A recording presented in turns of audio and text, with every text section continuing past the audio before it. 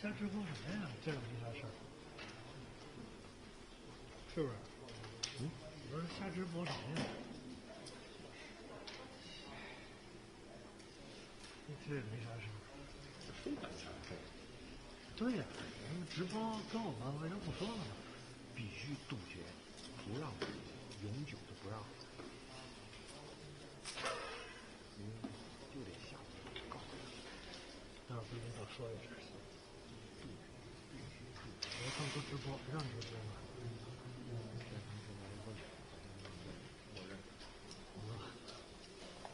原来都是申请，后来。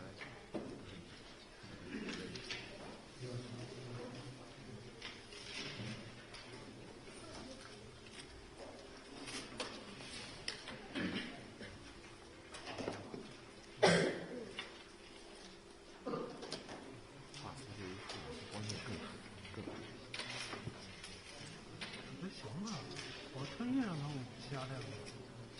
还行啊，就他俩出来按多了。我加了一条争议回对公司的平台。哪怕那么说，让他们跟上司也没一样。话说出来太好了。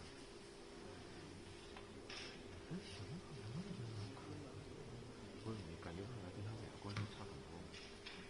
然后特别明显，因为我们拍视频嘛，回去能感觉到，天天拍，让我们光圈的打到最大 ，open， 因为他们俩所有人都是打到最大，而且还加了一档争议。谁呀？还谁呀？画质的白光时间照出来，我们都是用同样的光圈打到极限才来拍，但是同样拍出来他的这个暗。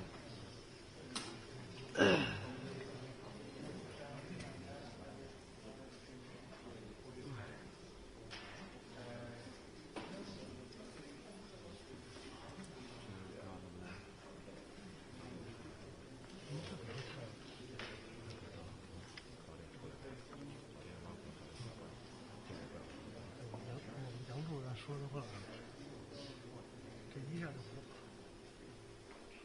这泡面怎么更火？接地气。主要是没时间啊，太赶了，今天不就吃这个？我这儿没法看。我孙子。不是他们长期时间压力。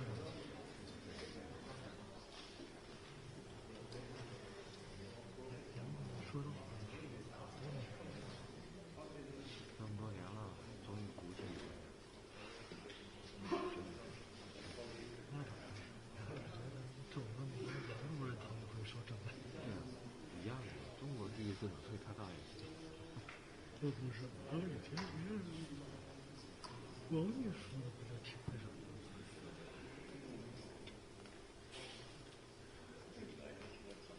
干，不服就干，怕毛，谁怕谁呀？是不是？对。反正你也不敢真打我，都有核武器，谁敢打谁？是不是？不在乎多少。你现在你就是搞他妈的八国联军有没有啊？你敢吗？成规预定的，不得火，是不是？啥东西？你敢的，我们也能敢下来。是，主要有俄罗斯那种狠劲儿，我们有怂，知道吗？你看普京最近跟拜登那叫法，大家都不敢接招，也不敢怂。人家是我们穷什么？你进去之后呢，不怕给你干，你松蒙制，是啊，怕吗？反正天然气也你得求肉。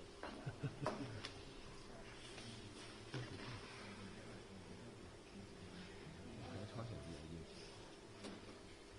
对焦，直接召回大使，直接对焦还不中。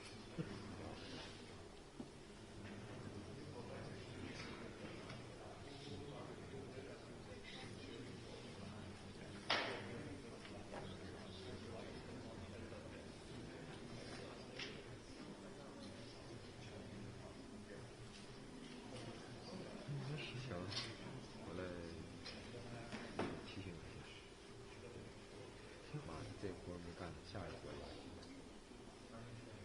你现在最近不一直就我也无所谓，我也跟老板说这个培训，我就干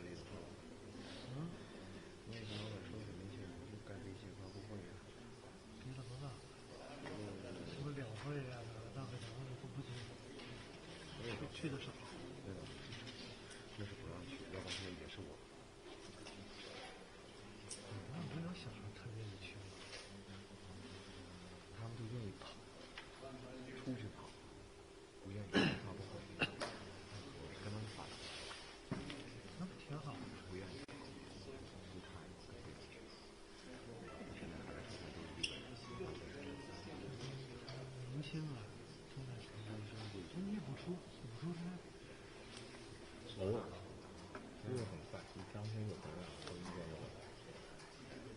我们现在下子有年轻人能去投资，我都这样。你要没有投资作为单身，我们那儿4个人就一个地，那就是单身。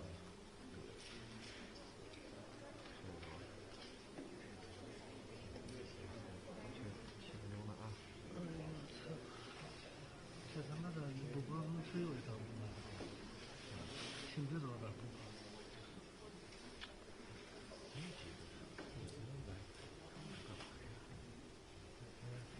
小罗你没发？那时候看这抖音什么的，他们给我拍抖音。这个给你做出来那个。是啊，一个人我忘了他们是哪个，他们是什么？现在2个都开。有那个抖音发在各个平台那个纸上，各个平台那个纸上，那个色彩我看了，超级棒。你没看那网友是一堆说的，发小们一堆在画那个黄的色纹。为什么？我知道，我不知道你们讲，他说你领导审核过来。不都你同样拍出的不都一样的吗？每个人都看色纹，不对就。不是，是你说的什么？就是同样的一条发在你不同的平台上。调来色我不发出去，调完那个色天哪，你那个意思吧？像你拍照片可能叫，那我一看，直接打开一个发外面的，抖音我看哔哩哔哩，我没有快手。哔哩哔哩我没看过，之前我都不知道哔哩哔哩。有点太固定了。把那个色彩调的太烂了。应该有那个，就它这个它本身是有色的。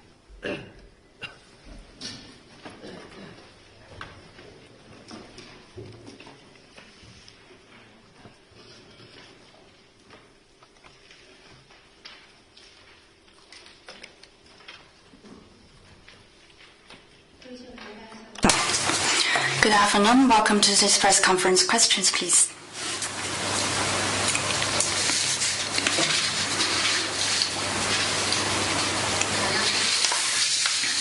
CCTV. Russian Foreign Minister Lavrov in a recent interview said that the West, including the US, is still practicing hegemony in international affairs, trying to disrupt the world from moving to multipolarity and democracy and imposing their will upon others. The top priority for China and Russia is to continue working together with high-level coordination to make sure the world moves towards multipolarity and regional integration. What's your comment? We have noted reports on that. Foreign Minister Lavrov really hit the mark. The more unstable the world is, it is more necessary for China and Russia to work together. For a long period of time, the West, including the US, using democracy and human rights as a cover, wantonly interfered in other countries' affairs and caused a lot of trouble over the world, even seeding conflict and turmoil. China and Russia has always stood together in close cooperation and against hegemony and bullying in the world. We've become a pillar for world peace and stability. During the past year, under the guidance of President Putin and President Xi Jinping, China-Russia Comprehensive Strategic Partnership of Coordination for the New Era has achieved notable results. In the face of unprecedented changes, we have worked together to fight the pandemic, and our cooperation in trade, science, technology, and innovation has moved forward against the odds. We've offered each other support on matters concerning each other's core interests and defended international fairness and justice. Our relations have withstood the test and has become stronger with greater substance.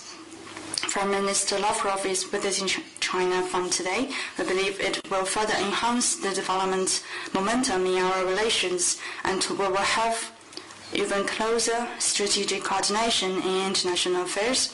China stands ready to work with Russia to implement our President's consensus and take the 20th anniversary of the China-Russia Treaty on Good Neighborliness and Friendly Cooperation as an opportunity to further expand our partnership and to build our relations into a model of international strategic mutual trust, mutually beneficial cooperation with close people-to-people bonds, international fairness and justice, and to contribute more to world stability and peace.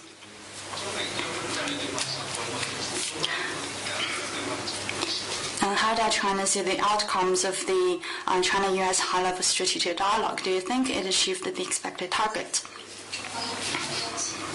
At the invitation of the US side, China went to Anchorage for the high-level strategic dialogue. It is an important step to act upon our President's telephone conversation, and the dialogue itself was a decision by the two presidents. There have been press releases on that, and Director Yang and State Councilor Wang already talked about the dialogue to the media. The two sides held candid, in-depth, long and constructive communication with regard to respective domestic and foreign policy, bilateral relations, and major international regional issues of common concern. It was a timely and useful dialogue that enhanced mutual understanding. First, they agreed to follow the spirit of the two presidents' call, maintain dialogue and communication, engage in mutually beneficial cooperation, avoid miscalculation and misunderstanding, prevent conflict and confrontation, and promote the sound and steady development of bilateral ties. Both hope to continue this kind of high-level strategic communication. On matters of sovereignty, security, and development interests, China made clear its firm position. The U.S. has got a clearer understanding of this. On sovereignty and territorial integrity, these are major issues of principle. The U.S. should not underestimate China's determination to defend this sovereignty, security, and development interests, other Chinese people's role to defend national dignity and legitimate rights and interests. The U.S. should work together with China to respect and accommodate each other's core interests and major concerns. The U.S. also reiterated its one China policy on the Taiwan question. On specific areas of cooperation, there is also consensus. For example, on climate change, we agreed to strengthen dialogue and cooperation and launch a joint working group. We also talked about respective arrangements for diplomatic and consular staff's vaccination and offering facilitation for diplomatic and consular institutions and staff. And also we will have discussions on media and journalist issues. There will also be greater coordination and cooperation on issues including trade, law enforcement, male-to-male, cultural health, cybersecurity, climate change, Iranian nuclear deal, a nuclear issue, Afghanistan, the DPRK, and Myanmar. China's position is consistent and clear. We are committed to no conflict, no confrontation, mutual respect, and open cooperation. But we'll also defend our sovereignty, security, and development interests. We hope the U.S. will work with us and respect each other's core interests and major concern. On this basis, the door to dialogue is always open. China Daily. During this dialogue, the U.S. mentioned China's economic and military coercion against the U.S. allies. Australia's Minister for Trade thanked the U.S. for standing up for Australia.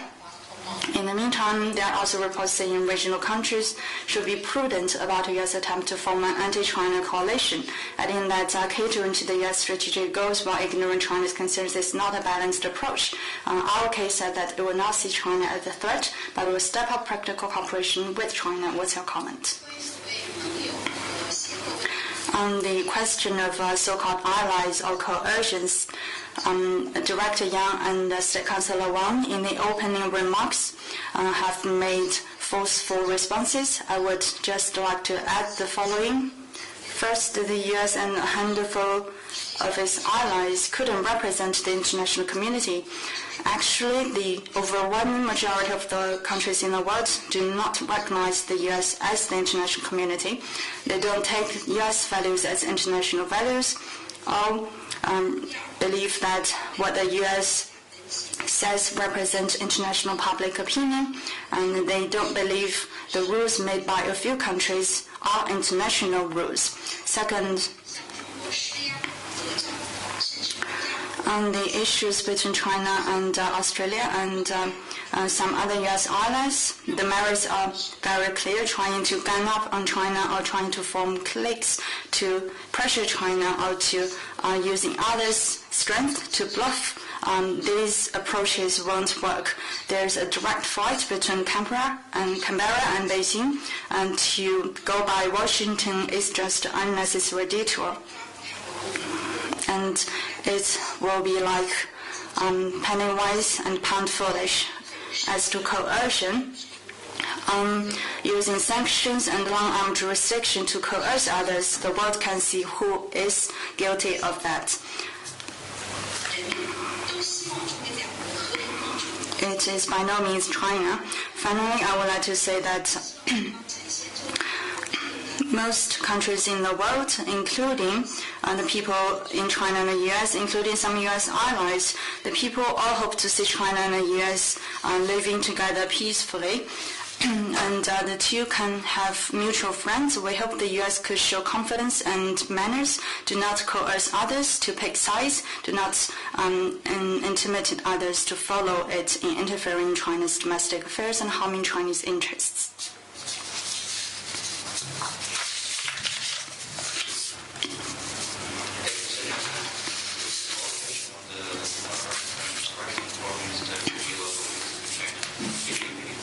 塔斯社关于俄罗斯外长访华，可否介绍一下他的日常安排？For now, I can only tell you that Foreign Minister Lavrov has arrived in China, and the talks between State Councilor Foreign Minister Wang Yi with Foreign Minister Lavrov will be held in Guilin, Guangxi. The two will talk about coordination between the two sides and a series of other issues, including high-level exchange. I believe this visit will further consolidate our relations and move it forward.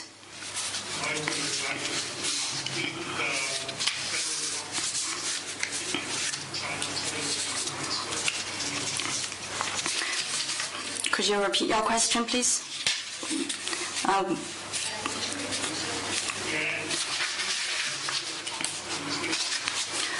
上周瑞士的政府通过了一个新的中国战略，想请问你对此有何评论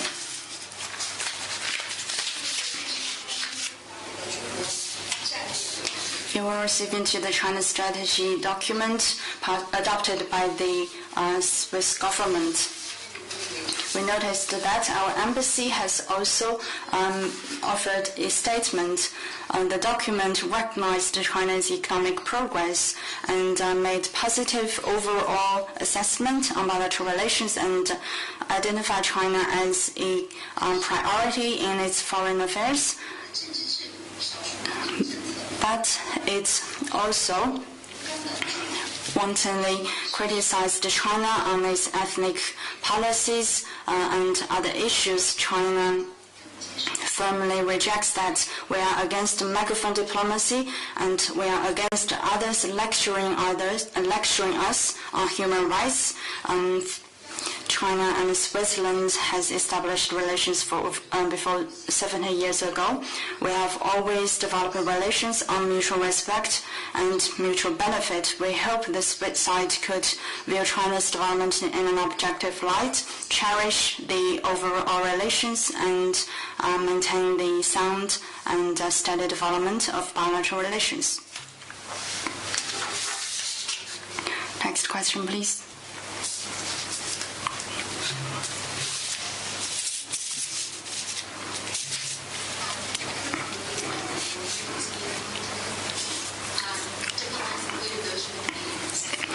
NPR 关于迈克尔的审讯，外交官不允许旁听，你对此有何评论？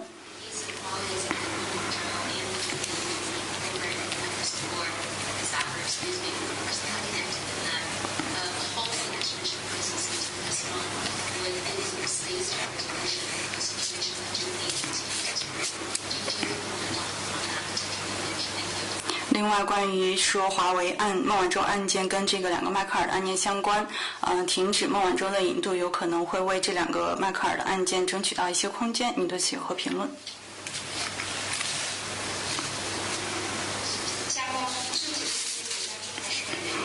？Canada has brought together some other countries' diplomats in China and point fingers at China's handling of individual cases, that is interference in China's judicial sovereignty.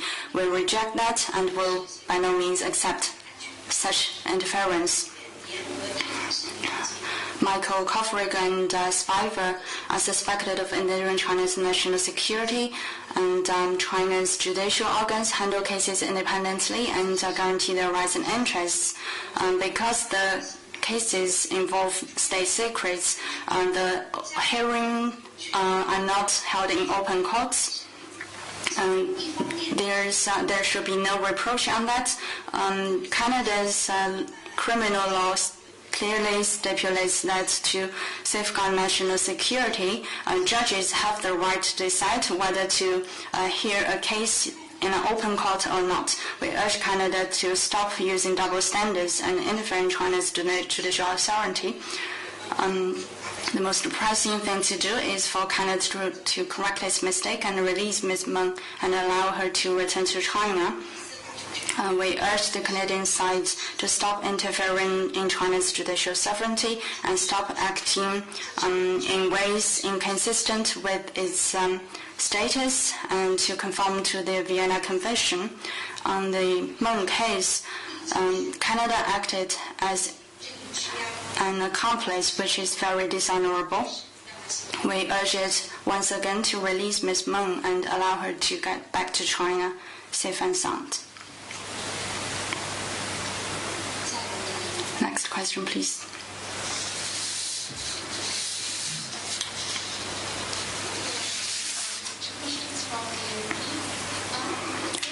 法新社，第一个关于俄罗斯外长访华，你提到他会跟王国伟会见，是不是明天见？中方有何期待？是否意在展示在阿拉斯加的会议之后中俄一致对美？另外一个问题关于菲律宾，周日菲方指责中国侵入其水域，是因为发现了一些中国的渔船在他所称的自己的水域，并且要求中方召回这些渔船。对此有何回应？ On your first question, as I just said, Foreign Minister Lavrov has arrived in China today and will be meeting in Guangxi, Guilin, with State Council and Foreign Minister Wang. They will meet today and the meeting will continue tomorrow. There will be a host of important issues they will be talking about. We believe the visit will further deepen the China-Russia Comprehensive Strategic Partnership for Coordination. As to what you said about observers' statement about China and Russia together against the U.S. after the Alaska meeting, I believe you know that in foreign affairs, to conduct a meeting or visit, it needs mutual agreement. China and Russia are close partners and maintain exchange at various levels. China, Russia, and the U.S. are all permanent members of the UN Security Council and shoulder important responsibilities towards world peace and stability. To develop relations between China and Russia, we do not target any other third party. We are always above board we are not acting like other countries to gang up against others with plotting or other ulterior motives. You have a second question about the South China Sea, the Philippines. I would like to say that the New Reef, also known as the Whitsun Reef, is part of the Nansha Islands. For a long period of time, Chinese fishing boats have been fishing in adjacent waters. Some ships have been sheltering from the wind. It is very normal. We hope relevant sides could look at this rationally.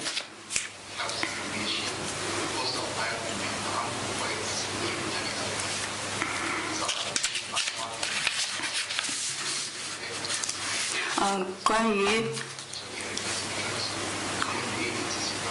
沙特首都炼油厂遭袭事件，阿盟等都表示谴责，并且对沙特表示支持。请问中方有何评论？ We condemn attacks on Saudi Arabia's oil refinery. We are always against attacks against civilians or civil facilities, including oil fields. We support Saudi Arabia in safeguarding security and stability and call on relevant sides to avoid actions that might lead to escalation in regional tensions. Next question, please. China News Service. On March the 19th, the new president for Tanzania was sworn in.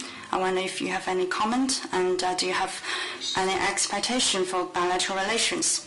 We offer congratulations to Madam Hassan for becoming the president of Tanzania. Under her leadership, I'm sure the country will achieve greater success in national development and rejuvenation. China and Tanzania share a profound traditional friendship and close, fruitful practical cooperation. We attach importance to this relationship and stand ready to work with Tanzania to deepen exchange and cooperation in various fields and bring our comprehensive cooperative partnership to a new high. Next question, please. Global Times on March the 16th. Shootings in Atlanta in the U.S.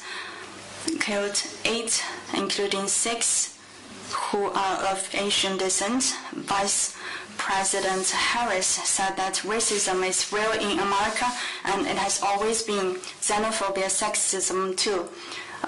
People who are perceived as Muslim know what it was like to live in our country after 9/11 for the last year. We've had people in positions of incredible power scapegoating Asian Americans, people with the biggest pulpits spreading this kind of hate. Also, President Biden said that systemic racism and white supremacy are ugly poisons that have long plagued the U.S. We must change our hearts. I wonder, in the statement it also mentioned China's mistreatment of Uyghurs in Xinjiang. Do you have any comment? In the Atlanta shooting, there's a Chinese citizen in the casualty. We are deeply grieved to learn of the news. We urge the U.S. to bring the culprit to justice. They owe this to the victims and their families. We are following closely the situation and will offer assistance to the bereaved family. You mentioned remarks on racism by Vice President Harris.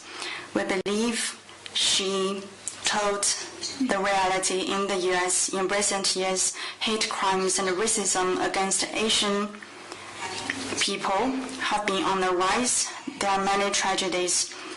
It has been almost 58 years since Dr. Martin Luther King said, "I have a dream," in the Lincoln Memorial, but today the Floyd still cannot breathe. It has been almost 20 years after 9/11, but Muslims in America are still suffering from discrimination and stigmatization. The previous administration spread fake news and racist remarks.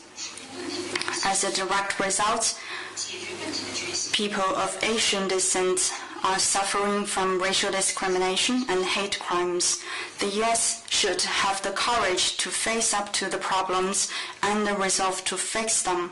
We hope the U.S. could match its words with actions and take concrete actions to protect ethnic minorities so that they will no longer suffer from attacks, blames, harassment, or worse, so that they can live free from fear. The U.S. should take up its obligations under the International Convention to eliminate all forms of racial discrimination and safeguard ethnic minorities' rights and address international concerns.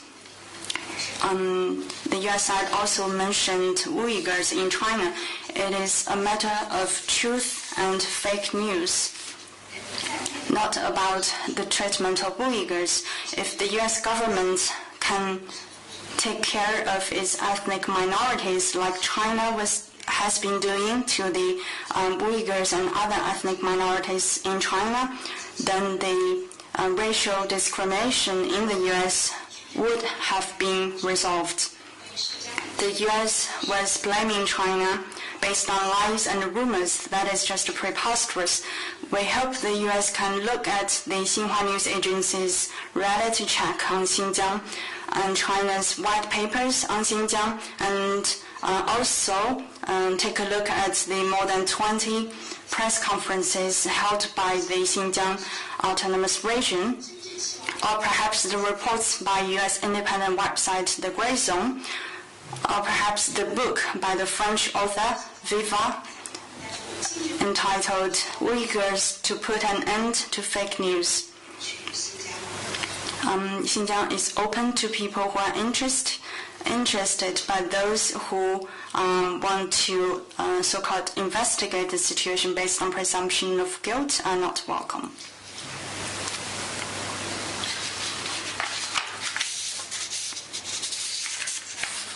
Next question, please.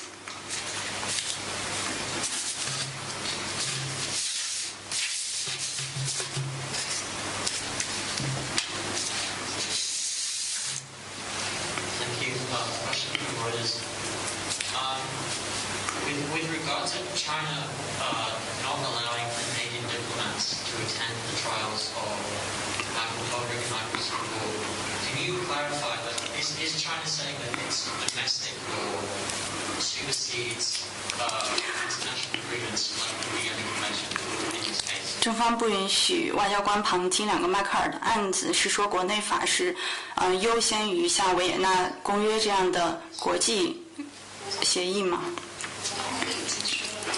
You are just being impossible with this sort of question. As I just said, the two Michaels are suspected of endangering China's national security, and because the cases involve state secrets, they are not heard in open courts.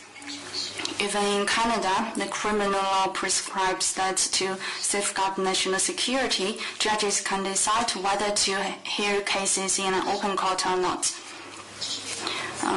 Canada, by assembling a number of countries to pressure China, it is not what diplomatic staff should do.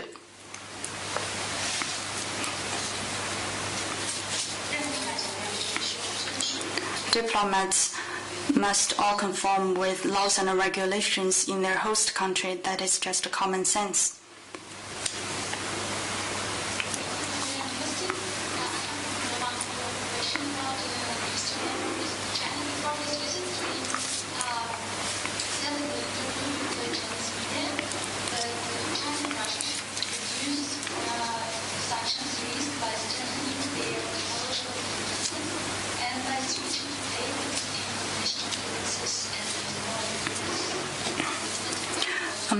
拉夫罗夫在访华之前接受采访说，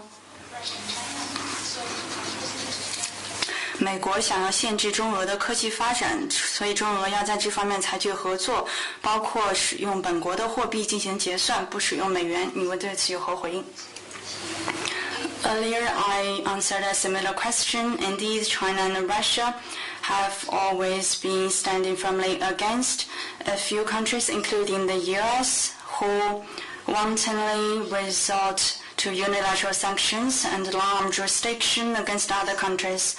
The U.S. and other countries in the West use democracy and human rights as a cover to interfere in other countries' domestic affairs and created a lot of trouble. China's position on this is very clear. China and Russia will strengthen cooperation to uphold international fairness and justice and to reject this kind of hegemony and bullying practices.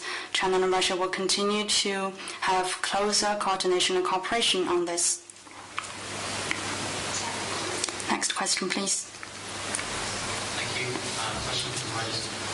You said that China and the U.S. agreed to set up a joint working group on climate change. 路透社关于你说中美要建立气候变化共同小组。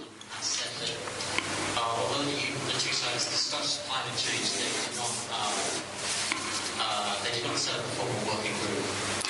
但是美国国务院的官员是说就此进行了讨论，但是并没有建立什么工作机制，似乎有一些不一致的情况。可否介绍一下美方是不是有一些不同的理解？ As to how the U.S. understands this, I'm afraid you will need to ask your colleagues to ask them in Washington. I can tell you that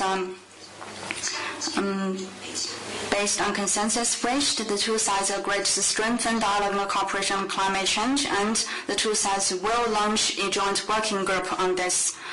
This is a common challenge facing us all. The two sides agreed to conduct cooperation in this area.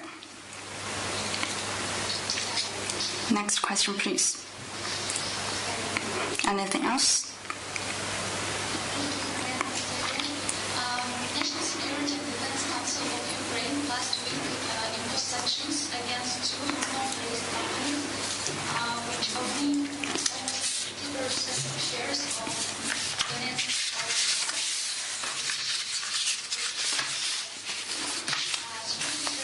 Ukraine said that the action of these two companies, which led to shut down of a number of oil houses in Donetsk. 乌克兰上周对两家位于香港的公司实施了制裁，说他们的行为导致了在这个国家地区的一些锅炉房关闭，危及当地居民的健康。你对此有何评论？I'm not aware of what you mentioned. Any other questions?